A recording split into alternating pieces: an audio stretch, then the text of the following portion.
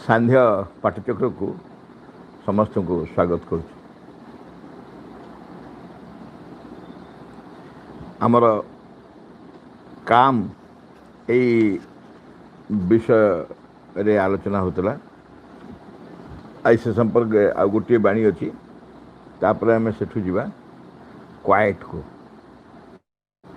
सबू पाखापाखि शब्द किंतु व्यवहार कराई भिन्न भिन्न प्रकार। Increase the inner rest. Increase the inner rest. It must become a rest always present even in the midst of the greatest activity and so steady that nothing has the power to shake it. अंतर जो विश्राम ये rest माने आमर आम rest भावु शोक को rest को डेली एक्टिविटीज कौन जो कैंप मान के शिविर सब प्रोग्राम दिखाई है। Night 10 o'clock rest rise 4 o'clock night मैं राति शोवाटा आम रेस्ट कहूँ। आउटर रेस्ट से आउटर रेस्ट बॉडी एक्टिविटीज नहीं, माइंड एक्टिविटीज नहीं, फिजिकल भाइटाल एक्टिविटीज नहीं। समस्ते माइंड जो शोई जाए माइंड माने शरीर जो शोई जाए तापर सबकनसीयस इत्यादि एक्टिव होती मन प्राण शरीर मैंने विश्राम नहीं जाती कहते आम रेस्ट होती। एटी किंतु कहूँ इनर रेस्ट। इनर रेस्ट माने आम भीतर जो सत्ता भितरे जो इनर कॉन्शियसनेस आमर से रहिबो रेस्ट। बहुत समय आम बाहर आ पूर्व बाणी मान आलोचना करूँ बाहर शांत थिला भली दिशुला भितर भीषण अशांत सब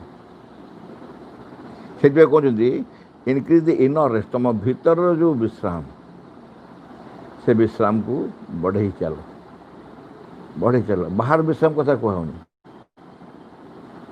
माँ गोटे कहानी अच्छी पढ़ी मैंने जने चषा जने पाखे गोटे घंटाटे थिला।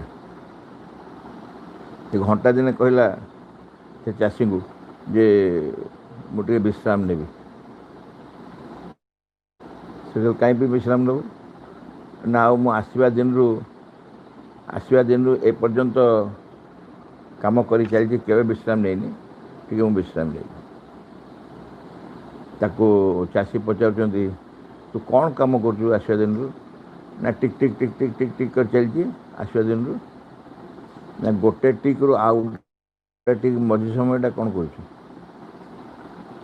गोटे टिक रु आउ गोटे टिक मझी समयटा जहाँ कर विश्राम।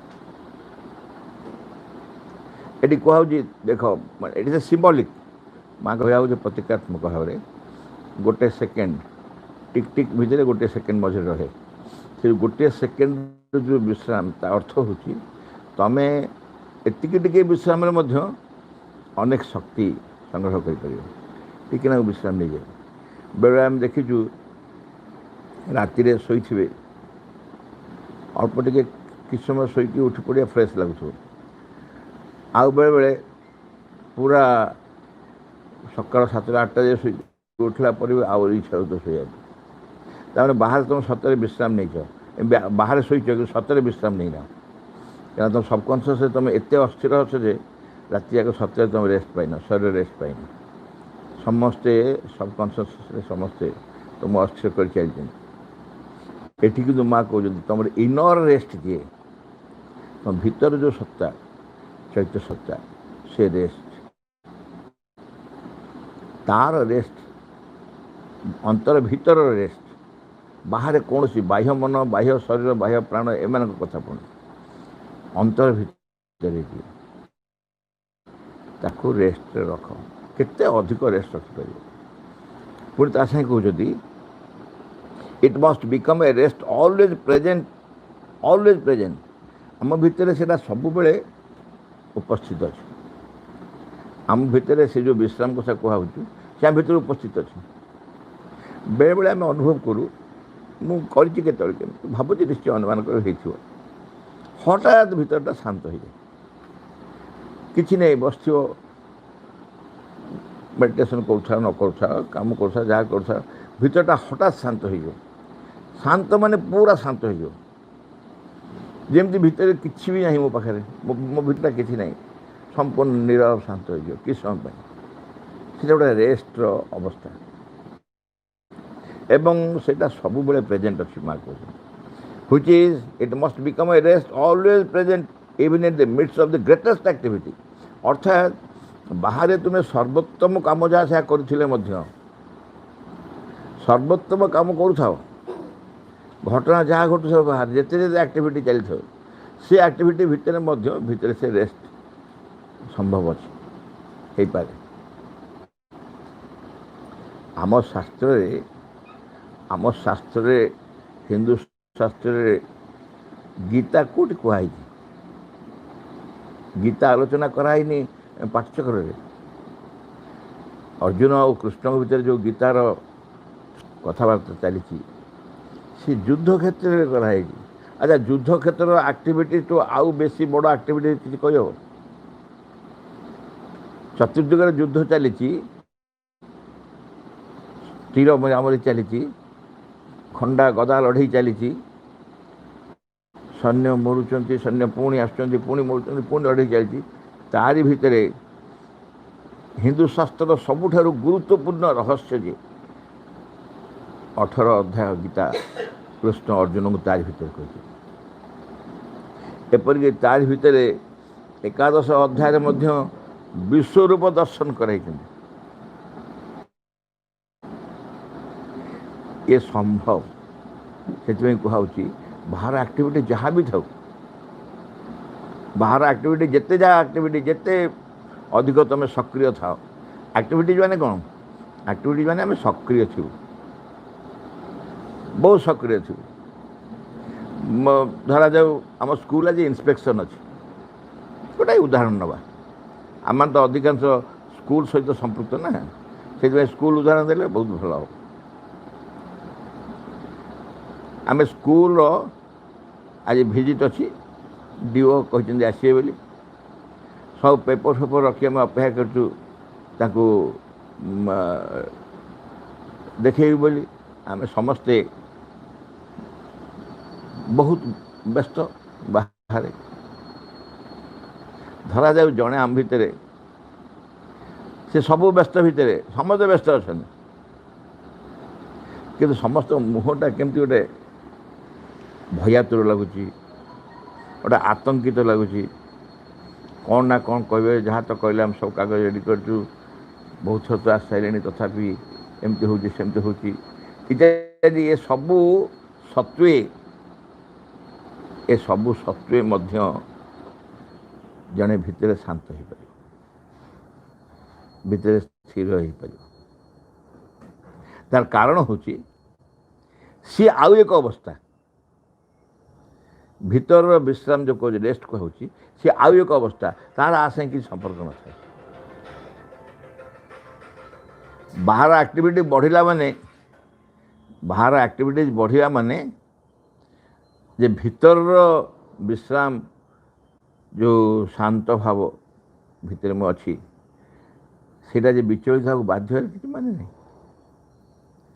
ବରଂ ଓଲଟା ହେବ, ତୁମେ ଯଦି ଭିତରେ ଶାନ୍ତ ଅଧିକ ରହିବ, ବାହାରର ଯେଉଁ ଆକ୍ଟିଭିଟି ତା ଉପରେ ତାର ନିଶ୍ଚୟ ପ୍ରଭାବ ପଡ଼ିବ।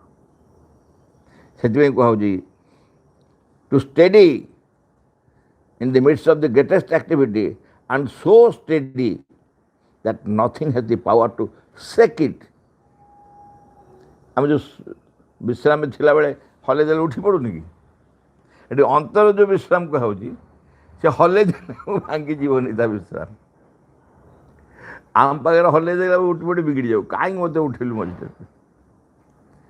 କିନ୍ତୁ ଅନ୍ତର ଯେଉଁ ବିଶ୍ରାମ, ମା କହୁଛନ୍ତି କାହାରି ସେ ସାମର୍ଥ୍ୟ ନାହିଁ, ସେ ଏଭଳି ସେ ଶାନ୍ତ ଭାବରେ ବିଶ୍ରାମ ନେଇପାରୁଥିବ। ଭିତରଟା ଆମ ଭିତରଟା ଏମିତି ଶାନ୍ତ ହେଇଯାଇଥିବ ଯେ କାହାରି, ତୁମ ବାହାରେ ଯେତେ ଆକ୍ଟିଭିଟି ଚାଲିଥିବ, ଆକ୍ଟିଭିଟିରେ ତୁମେ ଯେତେ ସମ୍ପୃକ୍ତ ଥାଅ ନଥାଅ, ଯାହା କରିଥାଅ, କିନ୍ତୁ କାହାରି ସାମର୍ଥ୍ୟ ନାହିଁ। ଭିତରର ଯେଉଁ ଶାନ୍ତ ଭାବ, ତାକୁ ଚହଲେଇ ଦେଇପାରିବ, ବଦଳେଇ ଦେଇପାରିବ, Sheikh କରିଦେଇପାରିବ। And then you will become a perfect instrument for the manifestation. ଯେତେବେଳେ ତୁମେ ଭିତରେ ବିଚଳିତ ହଉନାହ, ଭିତରେ ଶାନ୍ତ ରହିପାରୁଛ। ଏ ରେଷ୍ଟର ଅର୍ଥ ହେଉଛି ଶାନ୍ତ, ଶାନ୍ତ ରହିବା, କାମ ଅଣ୍ଡରରେ ଆସୁଛି ନା। ଭିତରେ ତୁମେ ବିଶ୍ରାମ ରହିପାରୁଛ, ରେଷ୍ଟ ରହିପାରୁଛ, ଶାନ୍ତରେ ରହିପାରୁଛ। କୌଣସି ପରିସ୍ଥିତିରେ ବି ତୁମେ ବିଚଳିତ ହଉନା, କେହି କିଛି କାହାରି ଶକ୍ତି ସାମର୍ଥ୍ୟ ନାହିଁ ତୁମକୁ ସେଠି ତୁମ ସେଇ ଅବସ୍ଥାକୁ ଚହଲି ଦେବା ପାଇଁ। ସେତେବେଳେ ତୁମେ ଏଇ ମ୍ୟାନିଫେଷ୍ଟେସନ୍ ପାଇଁ, ଅର୍ଥାତ୍ ଯେଉଁ ପ୍ରକାଶ ଘଟିବ, ପୃଥିବୀରେ ପ୍ରକାଶ ଘଟିବ, ତା ଉପରେ ତୁମେ ପ୍ରସ୍ତୁତ ହେଇଯାଇଛ। Instrument, become a perfect instrument, ଗୋଟେ ସମ୍ପୂର୍ଣ୍ଣ ପୂର୍ଣ୍ଣାଙ୍ଗ ଯନ୍ତ୍ର ହେଇପାରିବ ଏଇ ପ୍ରତିଷ୍ଠା ପାଇଁ, ଯେଉଁ ଦିବ୍ୟ ରାଜ୍ୟ ପ୍ରତିଷ୍ଠା। ଏବେ ଆମେ ଶ୍ରୀକୃଷ୍ଣ ଚାଲିଛି ସିରିଏଲ୍, କେହି କେହି ଦେଖୁଥିବେ ଶ୍ରୀକୃଷ୍ଣ ସିରିଏଲ୍। ଏଥିରେ ବହୁ ଜାଗାରେ ସେ ଅକେଜନ୍ସକୁ ଆସିଛି, ଆର ଉଦାହରଣ ଦିଅ ହବ। କ'ଣଟା ଘଟିଛି ଘଟଣା ମୁଁ ଜାଣିଛି, କିନ୍ତୁ ଡିଟେଲ୍ ଯିବା ଦରକାର ନାହିଁ।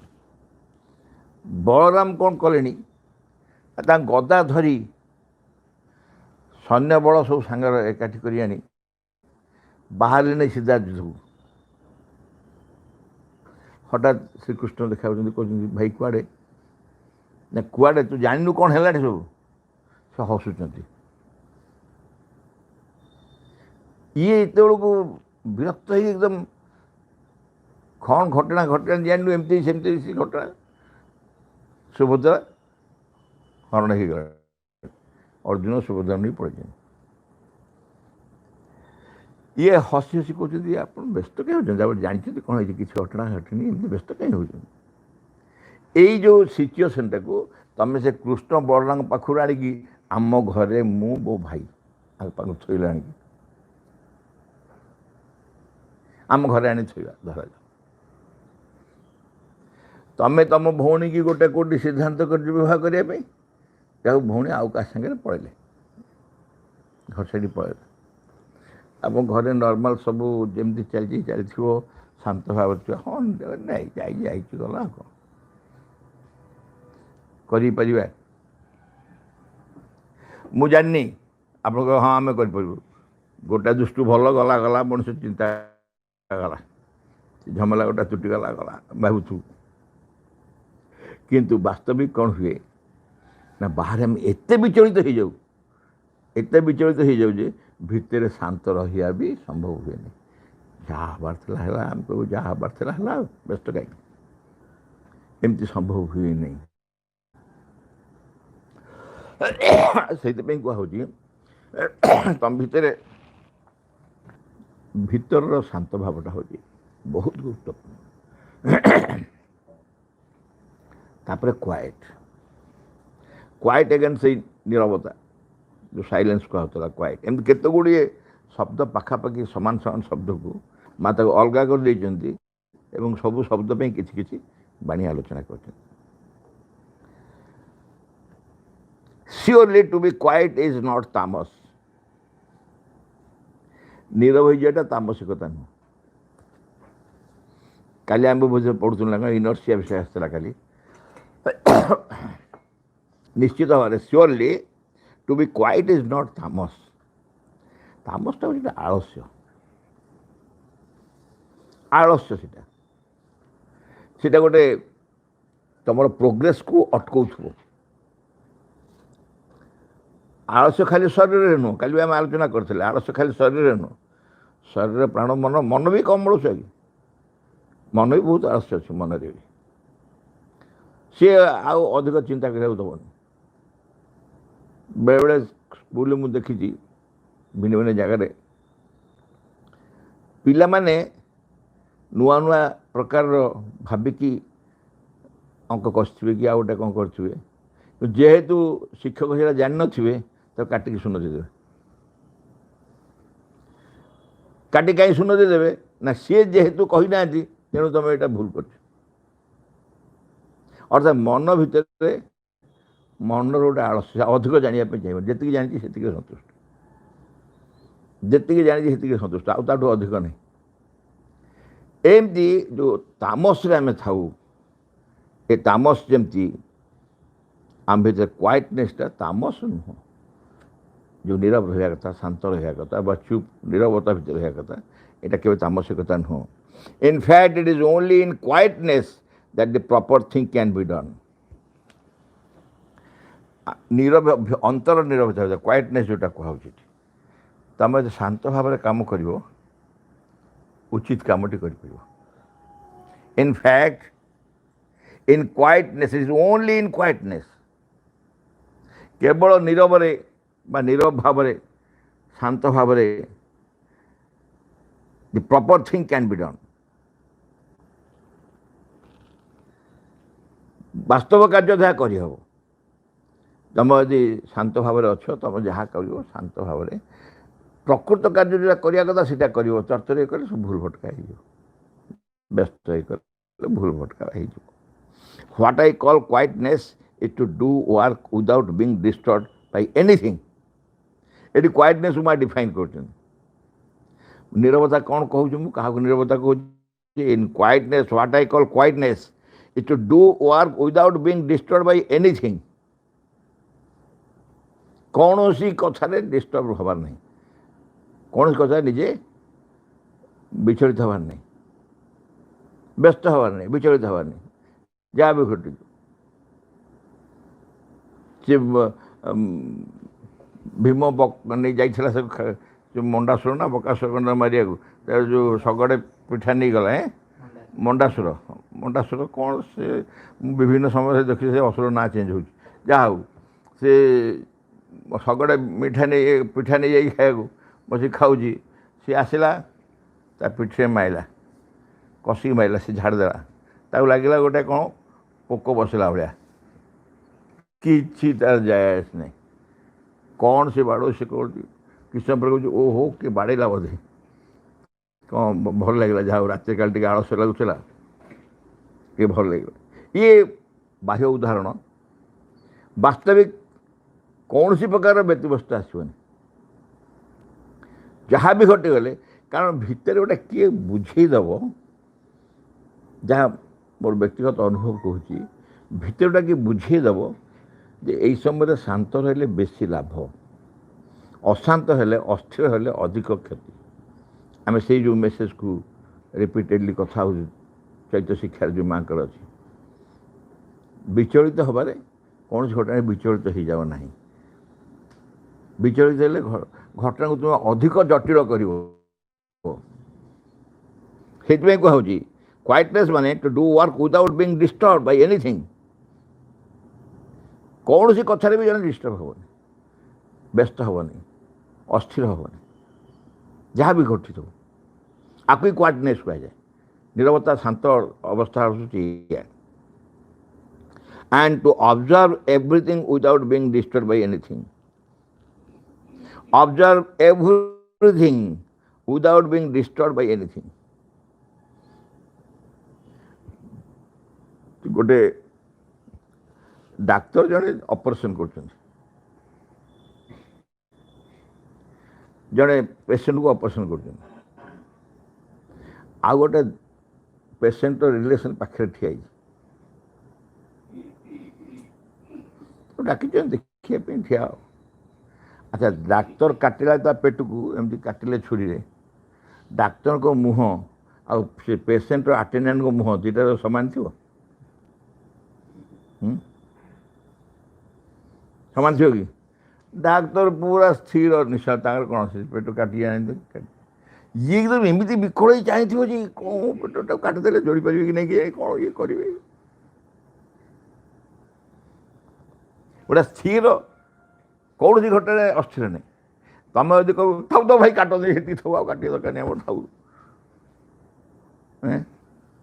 से पेसेंट बचो से कहूँ जहाँ भी घटिले observe everything without being disturb तुम कहला देखा ऑब्जर्व कर कहला ये से मुझे बाह्य उदाहरण दूसरी से प्रकार उदाहरण एक्जाक्ट नुह ऑब्जर्व एवरीथिंग माने कौन घटुची बर्तमान आम जाचु मुझे कहीं से शब्दटा कह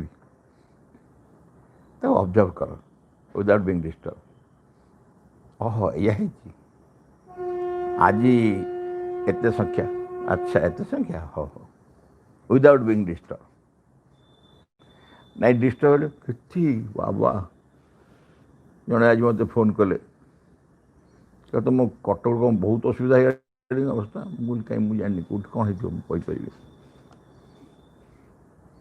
आम तो खाई पी आम शोच उठ जाऊ कौन हो कारण माने जहाँ बाहर घटुची कौ दृष्टि आम देखुचु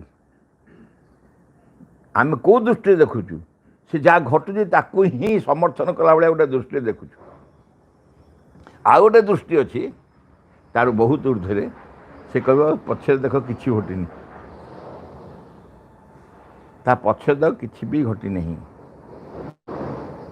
तेणु कहते without being disturb observe everything without being disturb by anything सबकिछि की दृष्टि दियो सबकिछि की देख किंतु कौन स्थिर विचलित हो without being disturb by anything कहारी कथार कौन सी घटना केबे विचलित हुआ नहीं ये हूँ शांत बा नीरव रहार प्रक्रिया तुम्हें तामस बोली भावन क्वाइटनेस को it is only quietness that the proper thing can be done शांत भाव रही प्रकृत वास्तव काम ही करहब जहाँ को क्वाइटनेस कौन सी हूँ without being disturb by anything कौन सी घटना व्यस्त हेनी and to observe everything without being disturb सब कथा को देखुव कि किसी भी व्यस्त हो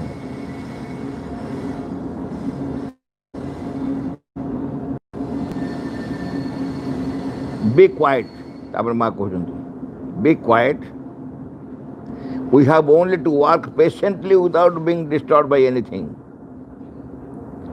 we have only to work patiently without being disturb by anything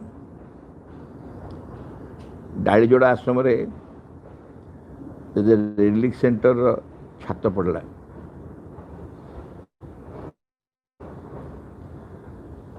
छात पड़ला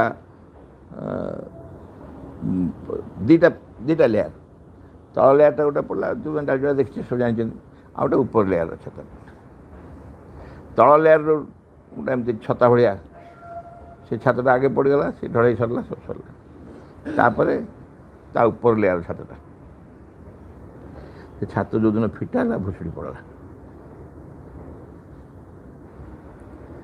भुसुड़ी पड़ला बाबाजी माँ कहला बाबाजी माँ सागे कहले सी आश्रम भितर किसी असुविधा अच्छी एकदम शांत भाव आश्रम भितर किसी असुविधा अच्छी से छात्रा गली पड़ला आउ थे कर नेक्स्ट टाइम जो पड़ला प्रपति केते जो मुझे खबर दे भर मु भी जड़े थी मत कही तुम जीव से छात पड़ो मुझे देखिली छात पड़े मोर कौन कम से आग जो छाती पड़ सारी ये गडाणिया छात गडाणिया एमती छता भाया छाते ना कि से गडाणिया छात जो पटे कई जीवा आसा करना अंधकार से मुझे शो पड़ी छात फात पड़ सारा सब कम तो आरंभ है प्रेयर है कम आरंभ है सब चलला घोगा राति आज 9टा 10टा हो मुझे से शो पड़ी तापर खाइला से खोजिले मत गले बाबू कुआडे खोजु खोजु खोजु खोजु से अंधारे मजा के झुंटिला मत पाइला कि गोटे शोच झुंटिला टर्च मोर पके भाई ये शुई मु देखिली गोटे एते शांत परिवेश भितर लगुए मुझे तो किसी असुविधा नहीं कौन करते कौन पाई पड़गला कौन गोटे असुविधा थी कौन गोटे सी तो सरीगला से काम तो किसी असुविधा नहीं सेकेंड छात्र जो पड़ा सेकेंड टाइम सब स्मूथली एकदम भल छात्र पड़ा फिटला ये ताने देख मु कह कथा हूँ डालीगुड़ा हूँ माँ को हाथ ऊपर बा दी हाथ कमल भितर जमी रहती से डालजुड़ा को बाबाजी महाराज प्रॉपर्टी माँ का हाथ में थोड़ी एवं सेठी काम हवा भितर छात गड़ी पड़ा आम भावानी जेहेतु माँ पाखे जमी कम करदे जहाँ करदे ठीक निश्चय हो आम भर कौटी त्रुटि थिला ये जो समभावापन्न ठीक दृष्टि देखु सबू किसी विचलित हम ना ये सब बोधे ठीक ठीक ही नला पालन किसी गोटे तापर समाज सचेतन हो गले कुछ असुविधा है तेणु बी क्वाइट आम केवल we have only to work patiently without being disturb by anything कौन सी घटना विचलित न हो धैर्यर सहित काम करा पड़े कौन सी घटना विचलित नहीं धैर्यर सहित भितर धैर्य रखा पड़े अध्यापक हृदय तो बहुत कमेडी करती कहले तुम्हें ट्रेन ने टिकेट काट कलिकता जावाई अच्छा कलिकता टिकेट काट बसिक ट्रेन भितर दौड़ कहीं कलिकता होनी कहीं कलिकता होनी ये कलिकता तो टाइम हेल्ला हम ना तुम का कलिकता टिकेट तो काट बस कलिकता आसो अधैर्य कहीं हो आ बेले बेले एमती अधैर्य लगे जे से लोक अधैर्य जो ही छानिया देह खराब हो जाए छानिया पूरा आ बेले बेले भगवान एमती साहाय्य करती एमती साहाय्य करती जे जड़े भितर प्रबल भाव में धैर्य थाए प्रचंड धैर्य थाए कौन सी घटना भी सी व्यस्त नहीं अतिक्रम करे कार्य कारण जानी धैर्य जो पेशेंस ए पेशेंसटा इट्स नॉट आउटर जिनस भितर आसता है धैर्य भितर आसता है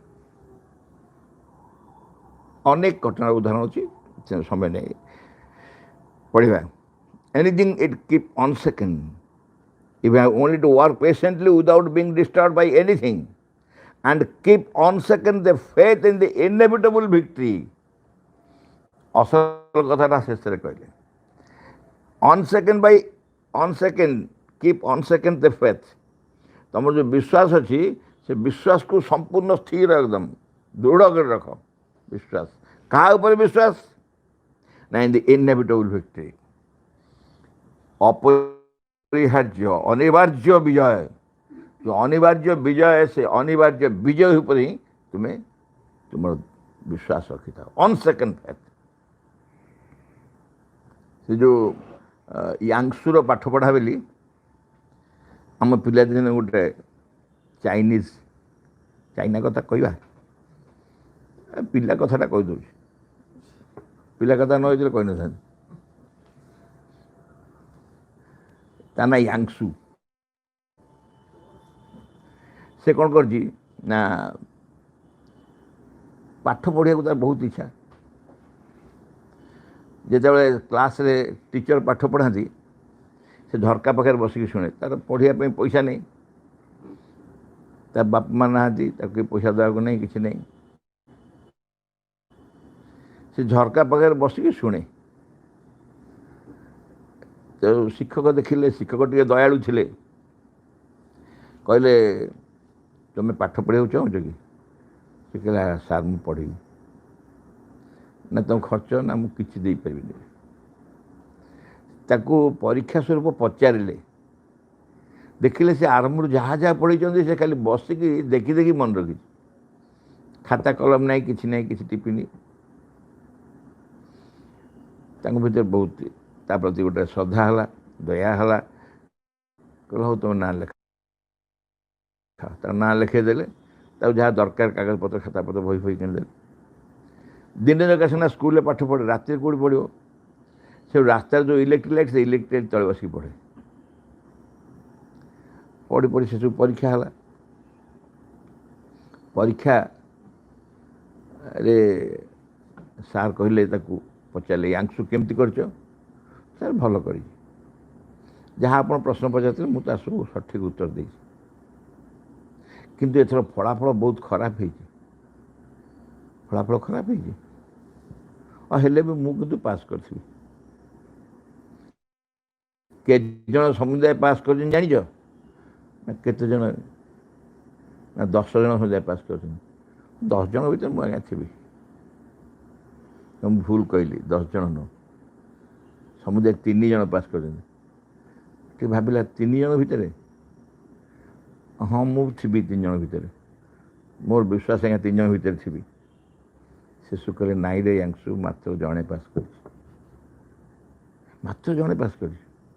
ତାହେଲେ ସାର୍ ମୁଁ ହେଇଥିବି, ସାର୍ ମୁଁ ହେଇଥିବି। ସିଏ ଏକଦମ ସାତ କୁଣ୍ଢେ ପକେଇ କହିଲେ ତୁମେ ପ୍ରଥମ ହେଇଛ ଶ୍ରେଣୀରେ, ରେଜଲ୍ଟ ଭଲ ହେଇଛି କିନ୍ତୁ ତୁମେ ଶ୍ରେଣୀରେ ପ୍ରଥମ ହେଇଛ। ଅର୍ଥାତ୍ ଅନ୍ୟମାନେ ତାଠାରୁ ଭଲ କରୁଛନ୍ତି, ଖରାପ କରୁଛନ୍ତି, ସେଥିପାଇଁ ସେ ବ୍ୟସ୍ତ ନୁହଁ। ତାର ସମ୍ପୂର୍ଣ୍ଣ ବିଶ୍ୱାସ, ଯେଉଁ ଅନସେକେଣ୍ଡ ଫେଥ୍ ଇନ୍ ଦି ଇନହେଭିଟେବଲ୍ ଭିକ୍ଟ୍ରି, ଯେଉଁ ବିଜୟ ଲାଭ କରିବାକୁ ଅଛି, ସେ ବିଜୟ ଉପରେ ତାର ଅବିଚଳିତ ବିଶ୍ୱାସ, ଅନସେକେବଲ୍ ଫେଥ୍। ଏଇ ଦରକାର ଆମ ଭିତରେ। ଭଗବାନଙ୍କର ବିଜୟ ହେବ, ସେଇଟା ହେଉଛି ଇନଏଭିଟେବଲ୍ ଭିକ୍ଟ୍ରି। ମା ବହୁ ଜାଗାରେ କହିଛନ୍ତି ଭିକ୍ଟ୍ରି କଥା, ଆମେ ସମସ୍ତେ କଥା କଥା କହିଦେଉଛୁ। ଅଲ୍ଟିମେଟଲି ଭିକ୍ଟ୍ରି ସର୍ଟେନ୍, ସବୁବେଳେ ମା କହିଛନ୍ତି ଭିକ୍ଟ୍ରି ନିଶ୍ଚୟ ହେବ, ନିଶ୍ଚୟ ହେବ, ବିଜୟ ନିଶ୍ଚୟ ହେବ। ଆଉ ପୁଣି କହିଛନ୍ତି ଦି ଗ୍ରେଟର ଦି ଡିଫିକଲ୍ଟି ଦି ଗ୍ରେଟର ଦି ଭିକ୍ଟ୍ରି। ଯଦି ଅସୁବିଧା ବେଶୀ ବେଶୀ ହେଲା ତାହେଲେ ଭିକ୍ଟ୍ରି ବି ବେଶୀ ବଡ଼ ହେବ। ବହୁତ ବଡ଼ ପାହାଡ଼ଟେ ଯଦି ତୁମେ ଚଢ଼ିବ, ନ୍ୟାଚୁରାଲି ପାହାଡ଼ ଚଢ଼ିବା ଉପରେ ଯେତିକି ଉଚ୍ଚକୁ ଉଠିବ ସେଇଟା ତୁମର ବିଜୟ, ଏତେ ଉଚ୍ଚକୁ ଯାଇପାରିଲ ନା। ତେଣୁ ବିଜୟ ଯେଉଁ ଅନିବାର୍ଯ୍ୟ ବିଜୟ, ତାପରେ ଗୋଟାଏ ଅବିଚଳିତ ବିଶ୍ୱାସ, ସ୍ଥିର ବିଶ୍ୱାସ, এইটা ହେଉଛି ନିହାତି ଆବଶ୍ୟକ। ବିଘ୍ନ ବିନାଶନ ହେ ଭଗବାନ, ଜୟ ହେଉ ତୁମର। ଆମମାନଙ୍କ ଅନ୍ତରରେ କୌଣସି କିଛି ଯେପରି ତୁମ କାର୍ଯ୍ୟରେ ଆଉ ବିଘ୍ନ ନ ଘଟାଏ, କୌଣସି କିଛି ଯେପରି ତୁମର ଆବିର୍ଭାବରେ ବିଳମ୍ବ ନ ଘଟାଏ। ସକଳ ବିଷୟରେ ସକଳ ମୁହୂର୍ତ୍ତରେ ପୂର୍ଣ୍ଣ ହେଉ ତୁମର ଇଚ୍ଛା। ତୁମ ସମ୍ମୁଖରେ ଛିଡ଼ା ହେଇଛୁ ଆମ୍ଭେମାନେ, ତୁମର ଇଚ୍ଛା ହିଁ ଆମମାନଙ୍କ ମଧ୍ୟରେ, ଆମମାନଙ୍କର ସତ୍ତାର ପ୍ରତ୍ୟେକ ଅଙ୍ଗରେ, ପ୍ରତ୍ୟେକ କର୍ମରେ, ଉଚ୍ଚତମ ଚୂଡ଼ାରୁ ତୁଚ୍ଛତମ ପ୍ରତ୍ୟେକଟି କୋଷରେ ପୂର୍ଣ୍ଣ ହେଉ। ତୁମଠାରେ ଆମମାନଙ୍କର ନିଷ୍ଠା ହୁଏ ଯେପରି ସର୍ବାଙ୍ଗୀନ ଚିରନ୍ତନ। ଆମମାନେ ଅନ୍ୟ ସବୁକିଛି ପରିହାର କରି ଚାହୁଁ ସମ୍ପୂର୍ଣ୍ଣ ରୂପେ ତୁମ ପ୍ରଭାବର ଅଧୀନରେ ରହିବାକୁ। ଆମମାନେ କେବେ ଯେପରି ନ ଭୁଲୁ ତୁମ ନିକଟରେ ଗଭୀର ଭାବରେ, ନିବିଡ଼ ଭାବରେ କୃତଜ୍ଞ ହୋଇ ରହିବାକୁ। ପ୍ରତି ମୁହୂର୍ତ୍ତରେ ତୁମେ ଆମମାନଙ୍କୁ ଯେଉଁ ଅପରୂପ ସମ୍ପଦ ସବୁ ଦାନ କରି ଯାଉଛ, ସେସବୁର କିଛି ହେଲେ ଯେପରି ଆମମାନେ ଅପଚୟ ନ କରୁ। ଆମମାନଙ୍କର ପ୍ରତ୍ୟେକ ଅଙ୍ଗ ଯେପରି ତୁମ କାର୍ଯ୍ୟରେ ସହଚର ହୁଏ, ସେସବୁ ଯେପରି ପ୍ରସ୍ତୁତ ହେଉଛନ୍ତି ତୁମର ସିଦ୍ଧି ସକାଶେ। ପରମ ସିଦ୍ଧିକର୍ତ୍ତା ହେ ଭଗବାନ, ଜୟ ହେଉ ତୁମର। ତୁମର ବିଜୟ ଦିଅ ଆମମାନଙ୍କର ଜ୍ୱଳନ୍ତ ସକ୍ରିୟ ଚରମ ଅଟଳ ବିଶ୍ୱାସ। In the name of the mother,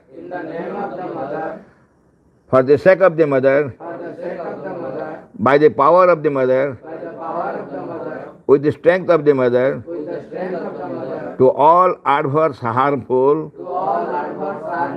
being or force, I order to quit this place at once and forever.